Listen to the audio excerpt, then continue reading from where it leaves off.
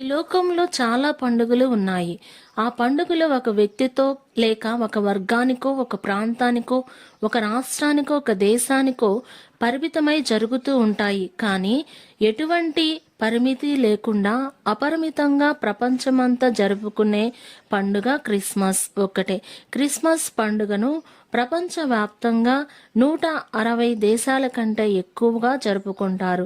అత్యధిక దేశాలు డిసెంబర్ 25న జరుపుకున్నప్పటికీ కొన్ని దేశాలు జనవరి 6, 7 తారీఖుల్లో మరియు జనవరి 18న క్రిస్మస్ను జరుపుకుంటారు.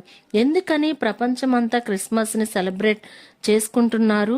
ఎందుకంటే ప్రభు అయిన యేసుక్రీస్తు ఒక పల్లెకు, ఒక పట్టణానికి, ఒక ప్రదేశానికి మాత్రమే ప్రభువు కాదు, ఆయన ప్రపంచానికే ప్రభువు. కాబట్టి అందుచేత ప్రపంచమంతా కూడా యేసుక్రీస్తు జననమును గూర్చి సంతోషిస్తుంది, సంబరపడుతుంది.